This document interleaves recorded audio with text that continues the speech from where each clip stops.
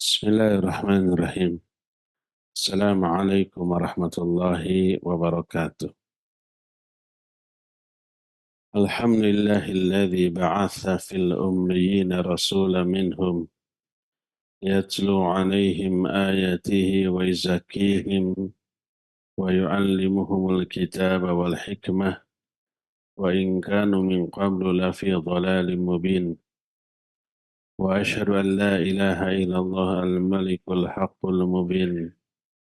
وأشهد أن محمدا عبده ورسوله الصادق الوعد الأمين والصلاة والسلام على أشرف الأنبياء والمرسلين وعلى آله وأصحابه أجمعين ومن تبعهم بإحسان إلى يوم الدين وبعد. Hadirin jamaah Masjid As-Solihin di Tarogong, Garut, Jawa Barat. Berarti orang Sunda Hungkul. Para pendengar Radio Tarbiyah Sunnah Bandung, para pendengar Radio Roja di beberapa kota, dan radio-radio lain yang ikut gabung, para pemirsa Roja TV dan TV-TV lain, serta para netizen di mana saja Anda berada. Kita kembali berjumpa untuk melanjutkan kajian kitab Mukhtasar Ma'arijul Qabul sebagai kajian tetap di Radio Roja, tapi bertempat di beberapa tempat berbeda tergantung posisi saya. Dan sekarang saya sedang berada di Garut. Jadi kita kajiannya di Masjid As-Solihin Garut. Materi kita kemarin sudah selesai membahas kekhalifahan Abu Bakar As-Siddiq sebagai khalifah pertama di antara para khulafaur rasyidin. Kita lanjut. Seusai Abu Bakar wafat, khalifah kedua adalah Umar bin Khattab radhiyallahu an. Beliau orang yang paling utama kedua setelah Abu Bakar di antara umat Rasul alaihi salatu wassalam, dan demikian juga beliau menjadi khalifah kedua berdasarkan ijma. Beliau orang yang sangat tegas, membela kebenaran, memberantas kebatilan, wala yakhafu laumata laim. Beliau itu tidak takut terhadap celaan orang-orang yang mencela. Ketegasannya di dalam memberantas kezaliman, membela kebenaran, menyebabkan beliau diberi nama, digelari oleh Nabi SAW dengan sebutan Al-Faruq, artinya sang pembeda antara hak dan batil. Beliau pula khalifah pertama yang dijuluki dengan julukan Amirul Mu'minin. Abu Bakar As-Siddiq belum diberikan julukan Amirul Mu'minin, tapi Umarlah yang memperoleh julukan Amirul Mu'minin, artinya Amir seluruh kaum mukminin, dan kekhalifahan beliau serta keutamaan beliau sebagai orang yang paling utama kedua setelah Abu Bakar As-Siddiq itu diisyaratkan oleh Rasul Sallallahu Alaihi Wasallam dalam banyak hadis yang sahih. Di antaranya hadis riwayat Imam Muslim dari Aisyah radhiyallahu anha, ketika Aisyah ditanya, su'ilat man kana Rasul sallallahu alaihi wasallam mustakhlifan la istakhlafa, qalat Abu Bakar, faqila laha thumma man, qalat Umar. Aisyah ditanya, siapakah orang-orang yang akan ditunjuk sebagai khalifah sepeninggal Rasul sallallahu alaihi wasallam? seandainya beliau nanti mau menunjuk. Berkata Aisyah, Abu Bakar. Ditanya lagi, kemudian siapa? Kemudian Umar. Ditanya lagi, man ba'da Umar? Siapa khalifah ketiga setelah Umar? Aisyah menjawab, Abu Ubaidah bin Al-Jarrah. Jadi hadis riwayat Imam Muslim ini menjelaskan tentang kedudukan Umar sebagai isyarat dari Rasul Sallallahu Alaihi Wasallam yang akan ditunjuk menjadi khalifah. Dalam Sahihain dari Ibnu Umar radhiyallahu anhuma, kunna fi zamanin Nabi sallallahu alaihi wasallam la nu'addilu bi Abi Bakr ahadan thumma Umar thumma Uthman. Thumma natruku ashaban Nabi sallallahu alaihi wasallam la nufadilu bainahum. Kami di zaman Nabi sallallahu alaihi wasallam tidak ada yang dianggap lebih adil seorang pun, lebih terpercaya dibanding Abu Bakar, kemudian Umar, kemudian Utsman, kemudian kami membiarkan para sahabat Nabi lain dengan posisi yang sama, la nufadilu bainahum, kami tidak mengutamakan salah seorang pun di antara mereka di atas yang lainnya selain ketiga orang yang tadi disebutkan, yaitu Abu Bakar, Umar, dan Utsman. Hadis-hadis yang semakna dengan ini amat sangat banyak yang mengisyaratkan bahwa memang Umar diisyaratkan akan menjadi khalifah kedua setelah Abu Bakar As-Siddiq radhiyallahu anhu. Adapun ketika Umar radhiyallahu anhu memegang tampuk kekuasaan sebagai khalifah, beliau berkuasa sampai masa 10 tahun dari kekuasaannya. Dan ini diisyaratkan oleh sebuah hadis dari Rasul alaihi salatu wassalam yang diterima dari Sufainah Abi Abdurrahman, salah seorang maula atau pembantu Nabi sallallahu alaihi wasallam. Dia berkata, sami'tu Rasulullah sallallahu alaihi wasallam yaqul al-khilafatu thalathuna sanah thumma takunu ba'da dhalika mulukan. Qala Sufainah fakhudh sanatay Abi Bakar wa 10 Umar wa 12 Uthman wa 6 Ali radhiyallahu anhum ajma'un. Kata Nabi SAW, kekhilafahan sepeninggalku ada 30 tahun. Setelah itu akan muncul raja-raja.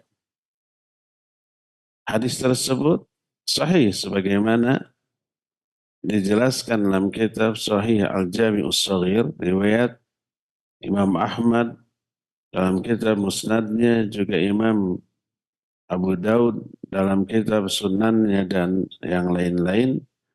Kata Sufainah, hitunglah Abu Bakar 2 tahun, kemudian Umar 10 tahun, Uthman 12 tahun, dan Ali 6 tahun. Berapa jumlah total? 30. 2 tambah 10, 12. Tambah Utsman 12 tahun, jadi berapa?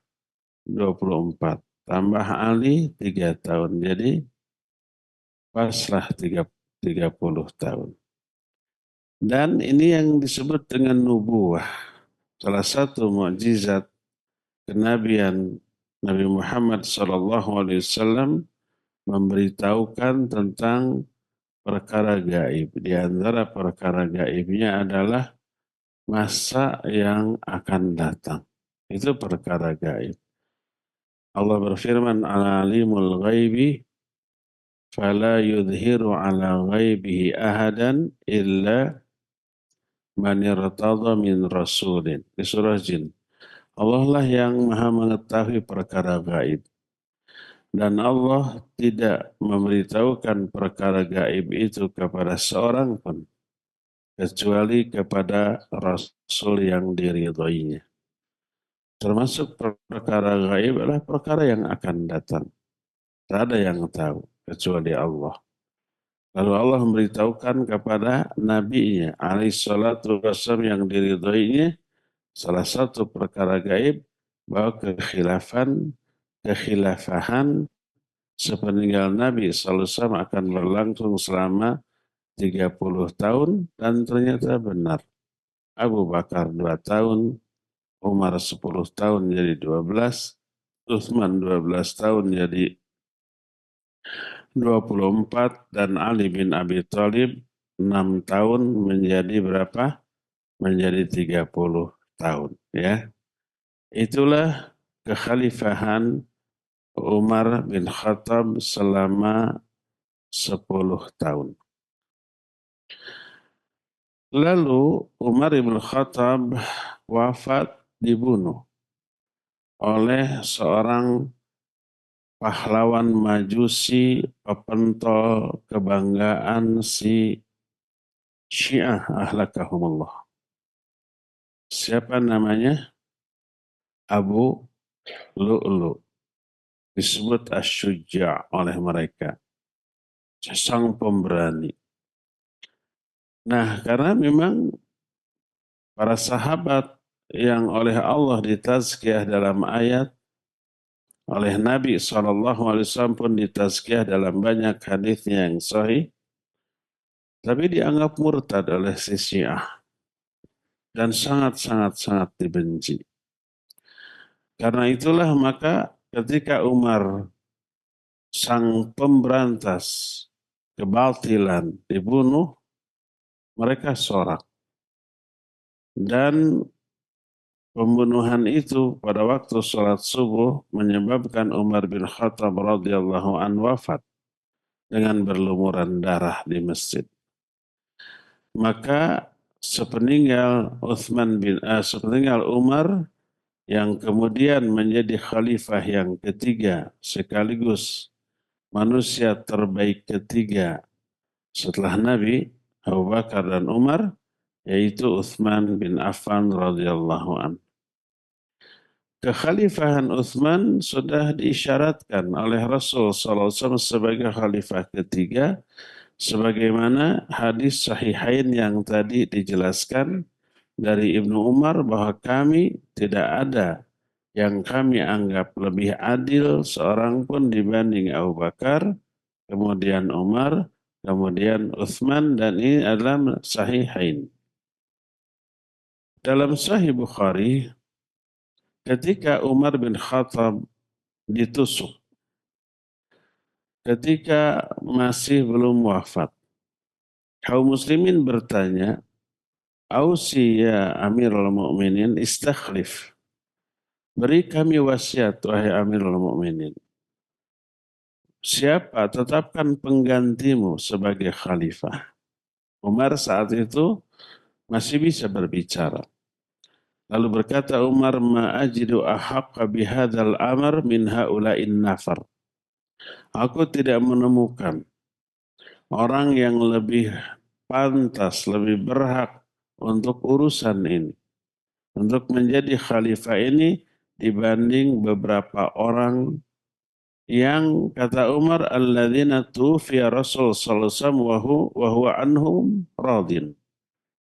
Nabi sallallahu alaihi wasallam wafat dalam keadaan Nabi alaihi salatu wasallam ridho kepada mereka. Lalu Umar menyebut beberapa nama. Disebutlah nama Ali radhiyallahu anhu. Disebut nama Utsman, nama Zubair, Talha, Sa'ad, Abdurrahman, dan seterusnya. Nah, kata Umar bin Khattab radhiyallahu an, pilih siapapun yang kalian pilih di antara mereka, orang itulah yang berhak untuk menjadi khalifah. Wafatlah Umar bin Khattab setelah dikebumikan, setelah dikuburkan orang-orang yang disebut tadi lalu berkumpul. Berkata Abdurrahman, ij'alu amrakum ila thalathati minkum. Jadikan urusan kekhalifahan ini kepada salah satu di antara kalian bertiga. Lalu berkata Zubair, ja'altu amri ila Ali. Aku serahkan hak kekhalifahan yang dipercayakan kepada Ali bin Abi Thalib. Itu pilihan Zubair. Adapun Tolha menyatakan qad ja'alu amri ila Utsman. Aku lebih cenderung memilih Utsman. Berkata Sa'ad qad ja'altu amri ila Abdurrahman bin Auf. Aku memberikan suaraku kepada Abdurrahman bin Auf. Dan seterusnya begitu.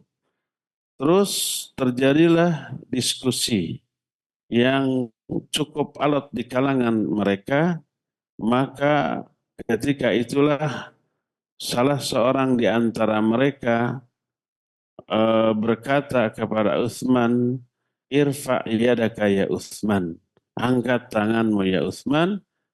Kemudian dia membaiat Utsman.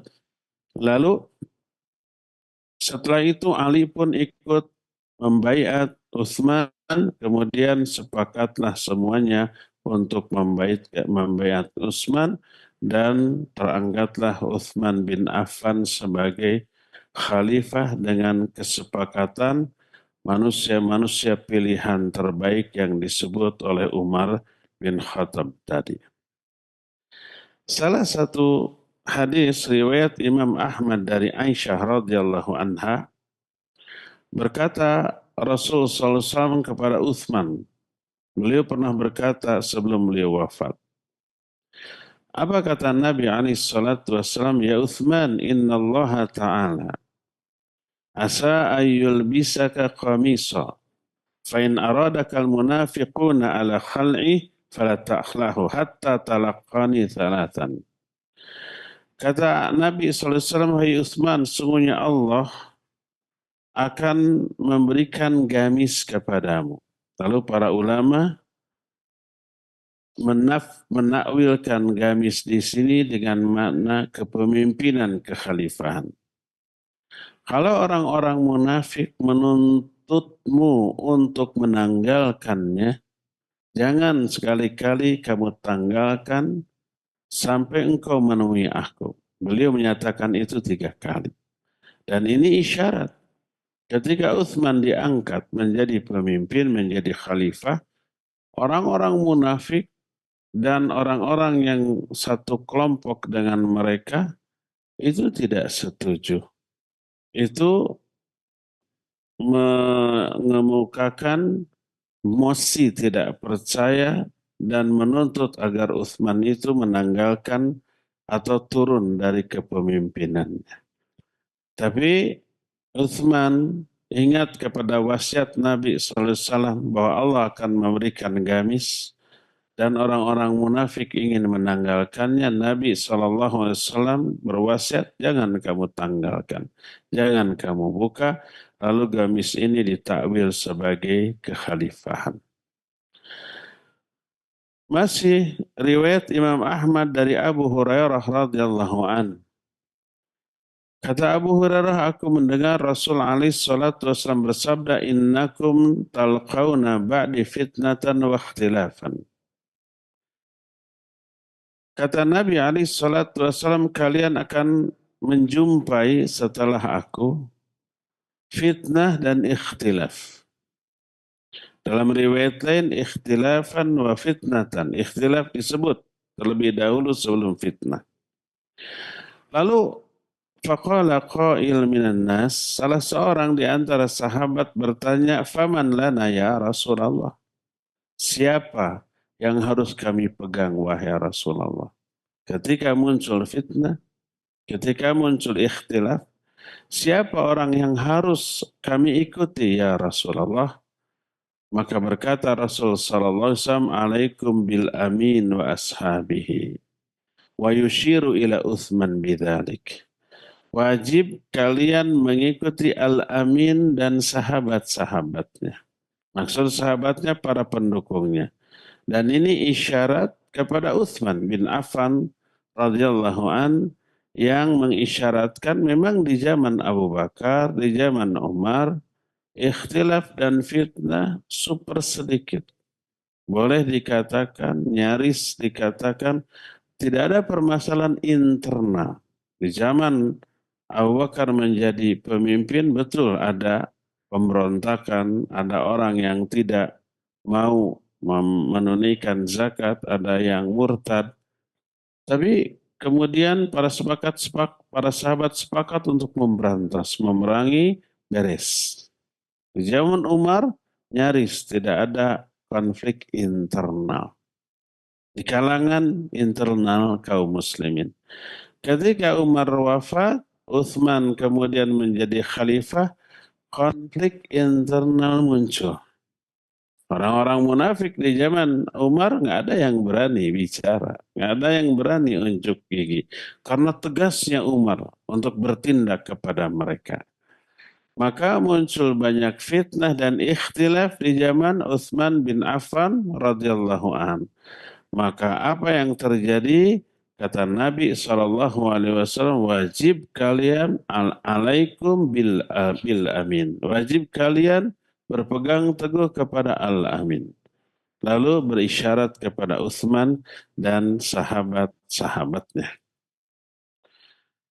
Dalam hadis yang diriwayatkan oleh Imam Abu Daud dari Jabir bin Abdullah radhiyallahu an, annahu kana yuhadditsu anna Rasul alaihi salatu wasallam qala ra'al lailata rajulun salih anna Abu Bakr nita bi Rasulillah sallallahu alaihi wasallam wa nita Umar bi Abi Bakar wa nita Utsman bi Umar. Qala Jabir falamma kumna min indi Rasulillah sallallahu alaihi wasallam qulna amma ar-rajulus salih fa Rasulullah sallallahu alaihi wasallam wa amma tanutu ba'duhum bi ba'd fahum wallatu hadzal amr alladhi ba'atsallahu bihi nabiyahu sallallahu alaihi wasallam. Kata Nabi sallallahu alaihi wasallam, ada seorang yang soleh bermimpi di suatu malam bahwa Abu Bakar berpegang, menggelantung kepada Rasul sallallahu alaihi wasallam. Umar menggelantung kepada Abu Bakar dan Utsman bergelayut kepada Umar. Berkata Jabir, ketika kami berdiri meninggalkan Rasul sallallahu alaihi wasallam, kemudian kami pun berkata.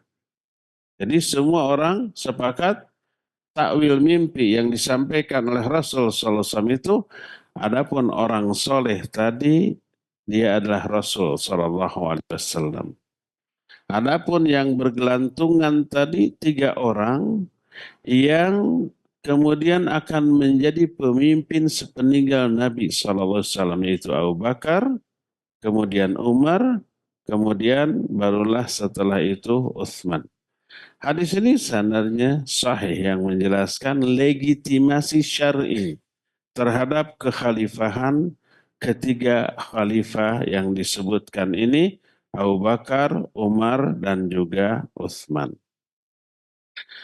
Salah satu jasa besar Utsman bin Affan radhiyallahu an adalah penulisan mushaf dan pengumpulan manusia, disepakatkannya manusia di atas satu mushaf yang kemudian sampai ke zaman kita sekarang. Makanya mushaf yang sampai ke kita disebut mushaf Utsmani, karena disepakati oleh seluruh sahabat yang ada di zaman Utsman bahwa itulah qiraah yang benar berdasarkan qiraah terakhir Nabi SAW di murajaah oleh Jibril alaihi salatu wassalam di akhir kehidupan beliau. Ketika Utsman khawatir terjadinya perbedaan dan perselisihan kaum muslimin di dalam membaca Al-Quran di tengah-tengah kekhalifahannya. Utsman pun menyatukan qiraah tentang tata cara membaca Al-Quran di kalangan kaum muslimin menjadi satu qiraah, dan mushaf yang disepakati adalah mushaf berdasarkan qiraah terakhir ketika malaikat Jibril memurojaah hafalan Rasul sallallahu alaihi wasallam di akhir hayat. Adapun yang menjadi sebab kenapa Utsman berinisiatif seperti itu, karena Hudzaifah al-Yamani di salah satu peperangan yang beliau ikuti, saat itu kaum muslimin berkumpul di negeri Syam. Lalu mereka itu membaca Al-Quran berdasarkan qiraah Al-Miqdan bin Al-Aswad. Yang lain ada lagi berdasarkan qiraah Abu Darda, dan ada sekelompok dari negeri Irak yang membaca Al-Quran berdasarkan qiraah Abdullah bin Mas'ud. Bahkan ada juga yang berdasarkan qiraah Abu Musa. Bahkan ada yang tidak mengetahui tentang Al-Quran ini diturunkan di atas 7 huruf. Dan masing-masing yang berbeda cara membaca Al-Quran ini menyalahkan yang lainnya, bahkan ada yang menganggap sebagai sebuah kekufuran. Dari sini lahir perselisihan yang sangat dahsyat, sampai menyebar perkataan-perkataan yang buruk di kalangan manusia akibat perbedaan dalam hal membaca Al-Quran. Maka Hudzaifah kemudian datang kepada Utsman bin Affan. Lalu berkata, "Ya Amirul Mukminin, adraka hadhil ummah qabla an takhtalifa fi kitabiha ka ikhtilafil yahud wan nasara fi kutubihim. Wa dzakara lahu ma syahada min ikhtilafin nas fil qiraah." Wahai Amirul Mukminin, umat ini itu berikhtilaf dalam kitab mereka seperti ikhtilafnya orang-orang Yahudi dan Nasrani tentang kitab-kitab mereka. Lalu Hudzaifah mengemukakan apa yang dia saksikan, ikhtilafnya orang ketika membaca Al-Quranul Karim. Maka Utsman pun berinisiatif mengumpulkan para sahabat yang hafidh Quran. Dikumpulkan. Kemudian bermusyawarah. Akhirnya sepakat untuk mengumpulkan satu mushaf di atas satu huruf, maknanya satu qiraah, dan menyatukan seluruh manusia agar membaca Al-Quran berdasarkan qiraah ini, dan qiraah yang dipilih adalah qiraah yang terakhir Nabi SAW di murajaah oleh Jibril alaihissalam di akhir hayatnya. Karena itu yang terakhir, maka itu yang lebih valid. Itu yang lebih benar dibanding yang sebelum-sebelumnya. Akhirnya disepakati bahwa qiraah yang legal di bawah kekuasaan Utsman berdasarkan qiraah Rasul SAW ketika dimurojaah oleh Jibril di akhir hayatnya adalah ini. Lalu mushaf, tulisan-tulisan selain itu yang berbeda itu diminta untuk dikumpulkan.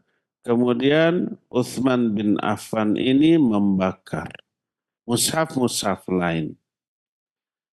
Apa yang terjadi? Pembakaran mushaf itu mengundang reaksi dari beberapa sahabat sampai muncul ucapan-ucapan yang menunjukkan ketidaksetujuan. Tapi itu adalah riak-riak yang muncul di kalangan para sahabat kecil ataupun para tabi'in. Bukan di kalangan sahabat besarnya. Sahabat besarnya sepakat. Termasuk siapa? Termasuk Ali bin Abi Thalib. Diriwayatkan oleh Imam Abu Daud At-Tayyalisi dan Abu Bakar bin Abi Daud bahwa Suaid ibnu Ghaflah dia berkata qala li Ali radhiyallahu anhu hina haraqa Utsman al-masahif.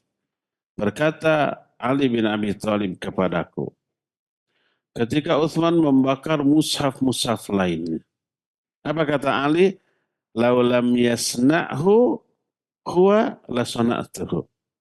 Seandainya Utsman tidak melakukannya, aku yang akan melakukan. Seandainya Utsman tidak membakar mushaf-mushaf itu, aku yang akan membakar. Itu mana? Ini menunjukkan dukungan Ali bin Abi Thalib terhadap apa yang dilakukan oleh Utsman bin Affan radhiyallahu anhu. Dalam riwayat Al-Baihaqi radhiyallahu Ali bin Abi Thalib berkata, "Ayyuhan nas, iyyakum wal ghuluwa fil Utsman." Taqul harakal masahif wallahi ma harakaha illa an mala'i min ashabi Rasulillah sallallahu alaihi wasallam. Walau wulitu mithla ma wuliya la fa'altu mithla alladhi fa'al. Kata Ali, beliau karena pengaruhnya besar di kalangan para sahabat dan para tabi'in, omongannya didengar, sikapnya dijadikan sandaran. Ketika banyak orang bereaksi terhadap apa yang dilakukan Utsman membakar mushaf, Ali lalu berpidato, wahai manusia, iyyakum wal ghulu fi Utsman. Jangan sampai kalian berbuat ghulu, hindarkan ghulu berlebih-lebihan dalam menghujat Utsman. Kalian berkata bahwa Utsman itu membakar mushaf-mushaf. Demi Allah, tidaklah Utsman membakar mushaf ini kecuali berdasarkan kesepakatan dari para sahabat Rasul Shallallahu Alaihi Wasallam. Seandainya aku diberi wewenang seperti wewenang yang dilakukan yang dimiliki oleh Utsman yaitu sebagai khalifah, maka pasti aku pun akan melakukan seperti yang dilakukan oleh Utsman tersebut. Maka dengan pernyataan tegas dari Ali bin Abi Thalib ini redalah semua riak-riak tadi tentang sikap Utsman yang menyatukan qiraah di atas satu qiraah dan sikap Utsman yang membakar mushaf-mushaf lain yang berbeda. Maka minimal redamlah ikhtilaf kaum muslimin di dalam membaca Al-Quran dan adem ayem tentrem sampai sekarang. Sekarang semua kaum muslim di seluruh dunia minimalnya mayoritas itu mereka membaca Al-Quran dengan mushaf Utsmani. Maka video bacaan Quran dari negara manapun, dari para qari manapun yang kita setel sama. Kalau toh ada perbedaan sedikit, adalah perbedaan yang ditolerir seperti adanya himalah, wadduhi, wallaili idha, saja itu masih ditolerir. Tapi umumnya sama dan ini adalah sebuah prestasi yang luar biasa dalam rangka apa? Menyatukan kaum muslimin dalam hal pembacaan qiraah Al-Quranul Karim. Sampai sekarang adem ayam, tidak ada ikhtilaf. Ya. Inilah prestasi Utsman bin Affan. Adapun setelah Utsman bin Affan wafat, di sini ada timbul gejolak yang menyebabkan nanti munculnya fitnah yang besar di kalangan kaum muslimin. Sampai Utsman terbunuh. Bagaimana munculnya fitnah-fitnah di zaman para khalifah, terutama fitnah di zaman Utsman dan di zaman Ali, nanti kita akan ada pembahasan tersendiri. Kita ini hanya berbicara tentang sejarah kekhalifahan secara ringkas. Setelah Utsman wafat, maka khalifah yang keempat termasuk manusia terbaik keempat setelah Rasul SAW adalah Ali bin Abi Thalib. Pertama Abu Bakar, kedua Umar, ketiga Utsman, ketiga Ali, dan kekhalifahannya diakui secara ijma. Dalam salah satu hadis riwayat Imam Ahmad, Abu Daud dan yang lain-lainnya dari Sufaina, Abi Abdurrahman, salah seorang maula Rasul Shallallahu Alaihi Wasallam, tadi sudah dikemukakan, dia berkata, aku mendengar Rasul Shallallahu Alaihi Wasallam bersabda, al khilafatu thalathuna sana. Khilafah itu 30 tahun. Kemudian setelah itu muncul raja-raja. Kata Sufaina, coba kalian hitung 2 tahun Abu Bakar, 10 tahun Umar, 12 tahun Utsman, dan 6 tahun Ali bin Abi Thalib, sehingga total jenderal berapa? 30 tahun. Adapun beberapa keutamaan Ali bin Abi Thalib adalah pertama, Ali bin Abi Thalib sejak kecil berada di bawah pengasuhan Rasul Shallallahu Alaihi Wasallam. Ketika Nabi SAW diangkat menjadi Rasul, Ali bin Abi Thalib saat itu berusia masih kecil 8 tahun. Sehingga perbedaan antara Rasul SAW dengan Ali berapa? 32 tahun. Ali waktu itu masih anak-anak, masih kecil. Tapi dialah orang yang pertama kali iman di kalangan anak-anak. Abu Bakar As-Siddiq, orang yang pertama kali iman di kalangan laki-laki dewasa. Khadijah, orang yang pertama kali beriman di kalangan para wanita.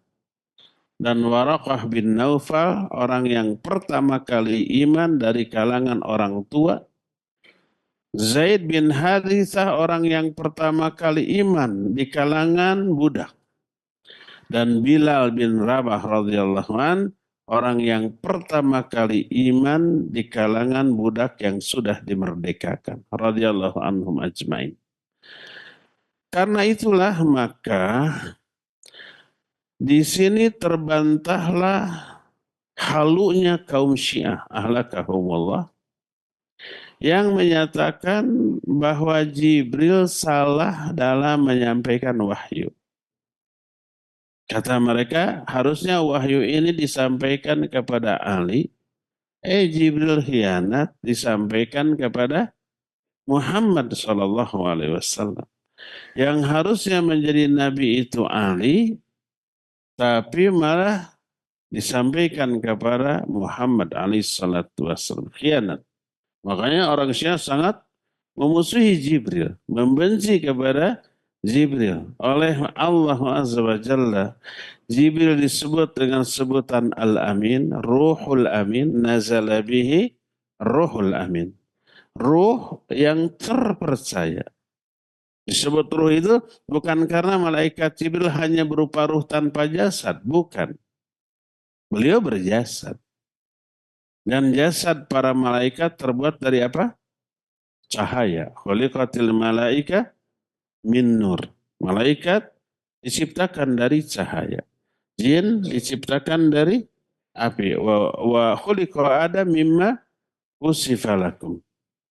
Dan Adam diciptakan dari apa-apa yang telah diterangkan kepada kalian dari tanah dan seterusnya. Itu maksudnya jasadnya. Tapi malaikat tidak berupa cahaya.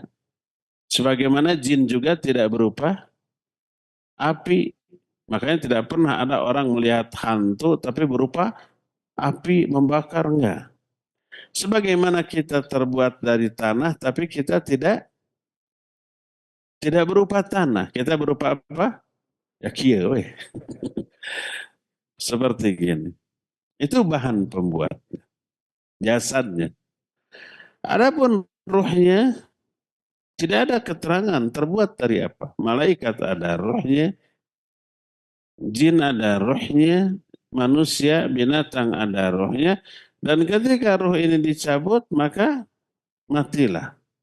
Manusia mati ketika ruh dicabut, jin juga begitu, malaikat juga begitu.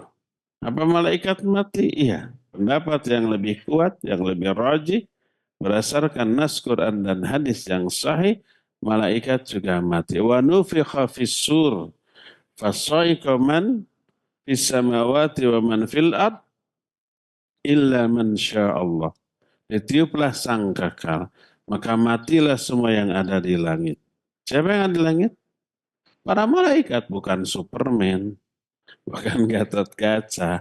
Itu mah masih di bumi. Tapi para malaikat. Dan yang ada di bumi kita, jin, binatang, malaikat yang ada di bumi, semua mati. Ya, dan matinya dicabutnya ruh dari jasad. Jadi malaikat bukan hanya ruh, tapi juga jasad.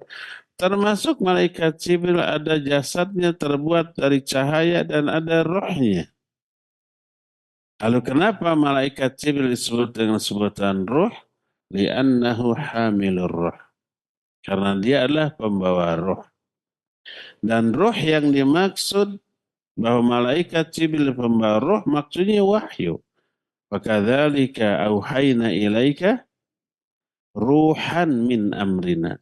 Ma kunta tadri mal kitab walal iman. Demikianlah kami wahyukan kepada engkau, hai Muhammad, ruh. Allah mewahyukan ruh. Maksudnya Al-Quran disebut ruh. Al-Quran disebut syifa. Al-Quran disebut nur. Al-Quran disebut dzikr. Sesuai dengan fungsinya. Dan salah satu sebutan bagi Al-Quran adalah ruh.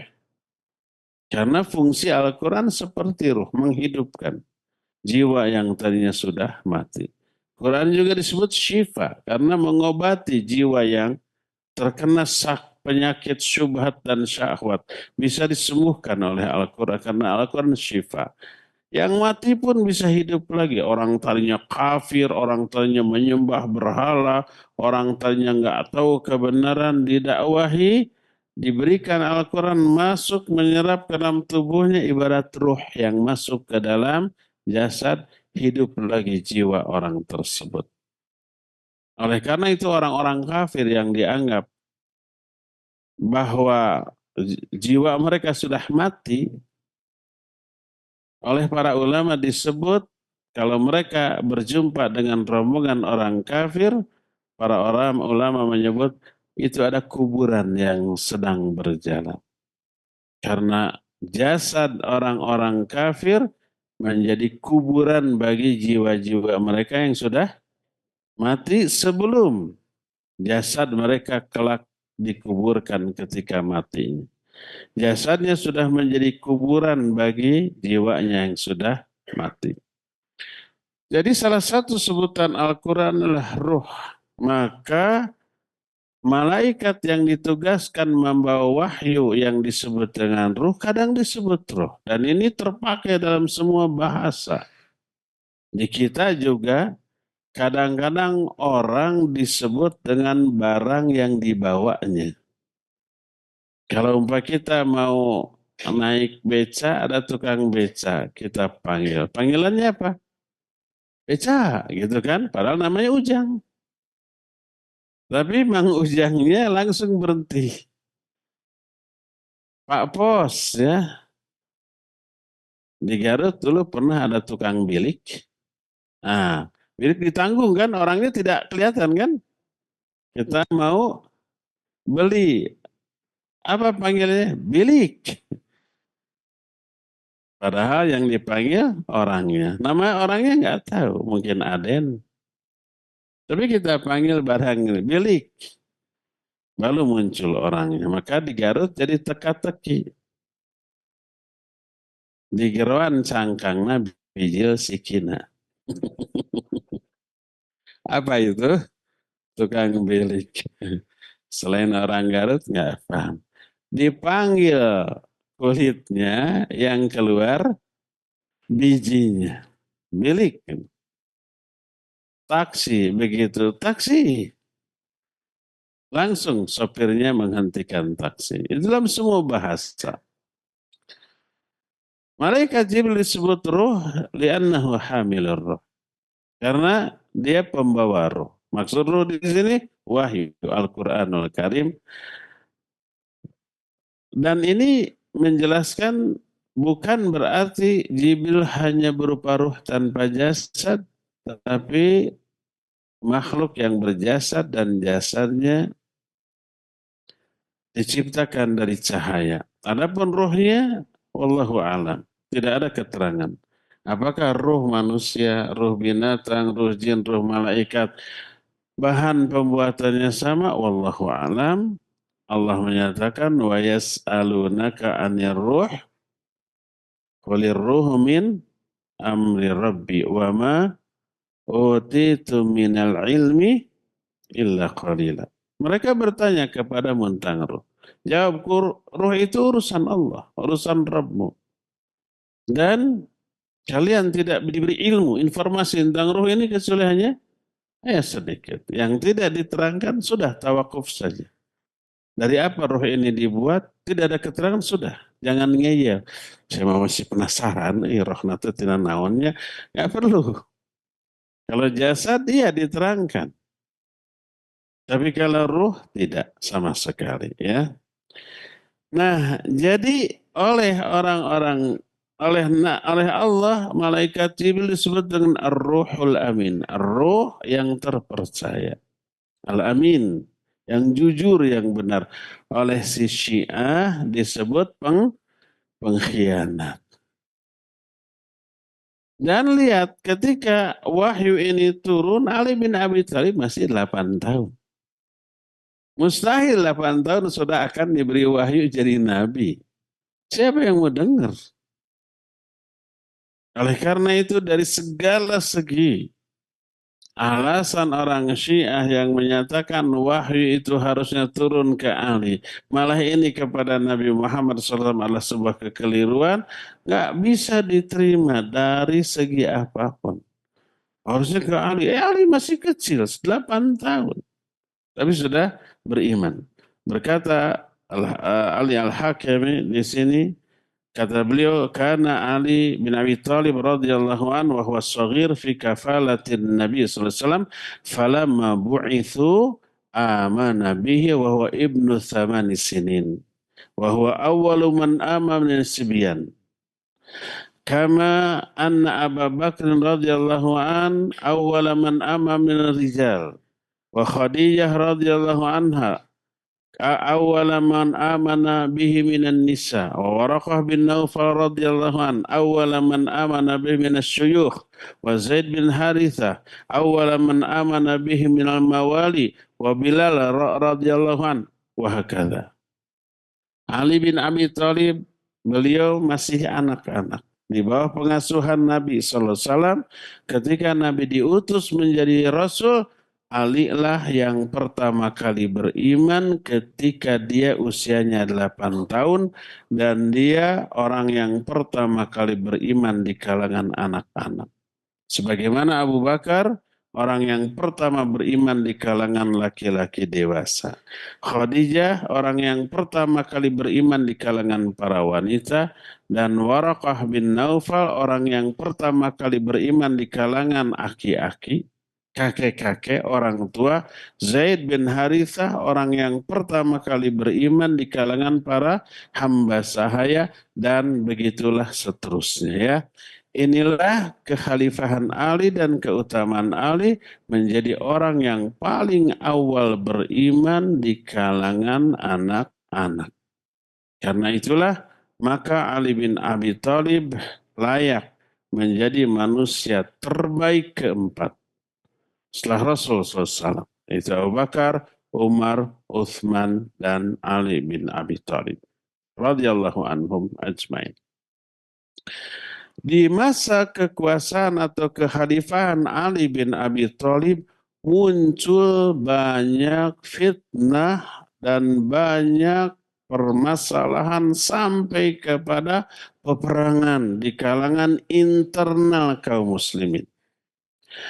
Lahir juga beberapa kebidaan bahkan di bidang akidah. Adanya atau lahirnya munculnya kelompok Khawarij itu terjadi di zaman kekuasaan Ali bin Abi Thalib. Termasuk munculnya kaum Sabaiyah, pengikut Abdullah bin Saba. Ada lagi pengikut atau munculnya pemikiran Syiah. Sampai orang-orang yang mengkultuskan Ali oleh Ali dibakar. Karena apa? Karena fitnah mereka sangat besar. Dihukum bunuh dengan cara dibakar. Dan ini mengundang reaksi orang. Sehingga ditanyakan kepada Ibnu Abbas radhiyallahu anhuma, bagaimana reaksi dia ketika orang-orang Syiah di zaman Ali bin Abi Thalib dibakar? Kata Ibnu Abbas, kalau aku di posisi Ali, aku akan menetapkan hukuman mati atas mereka, tapi tidak dengan cara dibakar. Lalu dia mengutip sabda Nabi SAW, la yu'adzibu bin nar illa sahibun nar. Tidak boleh mengadab, menghukum dengan api. Kecuali sang pemilik api. Siapa? Allah Azza wa Jalla yang memberi adab kepada manusia durhaka dengan cara dibakar di dalam neraka. Nah, bagaimana fitnah yang terjadi di zaman Ali? Awal mula munculnya kelompok Khawarij, kelompok Sabaiyah dan yang lain-lain. Nanti kita akan bahas di hari yang akan datang. Tapi bukan di Garut lagi. Mungkin di Majalengka besok Maya atau di Kuningan, wallahu alam. Tapi bisa dimonitor di mana? Di Radio Roja atau di TV Roja atau di YouTube ya nanti ya. Subhanakallahu bihamdik asyhadu an la ilaha illa anta astaghfiruka wa atubu ilaik walhamdulillahirabbil alamin. Wassalamualaikum warahmatullahi wabarakatuh.